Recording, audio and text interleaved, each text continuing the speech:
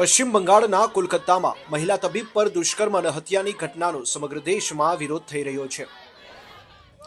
આ ઘટનાના વિરોધમાં જામનગરના જુનિયર ડોક્ટર એસોસિએશન દ્વારા એમપી શાહ મેડિકલ કોલેજના ડીનને આવેદનપત્ર પાઠવી વિરોધ પ્રદર્શન કરવામાં આવ્યું હતું।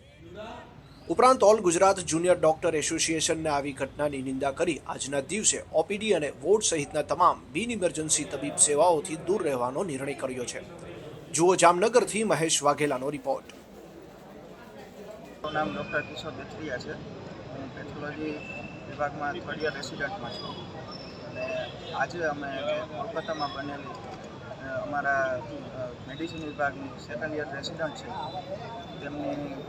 છે તેમના પર થયેલો બળાત્કાર અને મર્ડરનો જે ન્યાય ઝડપથી મળે એ માટે અમે ઓલ ગુજરાતમાં અને જામનગરમાં સ્ટ્રાઇક કરીએ છીએ। તેમાં બધી ઓપીડી સેવાઓ અને ઇન્ડોર પેશન્ટની સેવાઓ બંધ કરવામાં આવે છે અને ખાલી ઇમરજન્સી સેવાઓ ચાલુ રહેશે। જામનગરની કઈ જગ્યાએ આ હડતાલ કરવામાં આવી છે? કેટલા લોકો આમાં જોડાયા છે?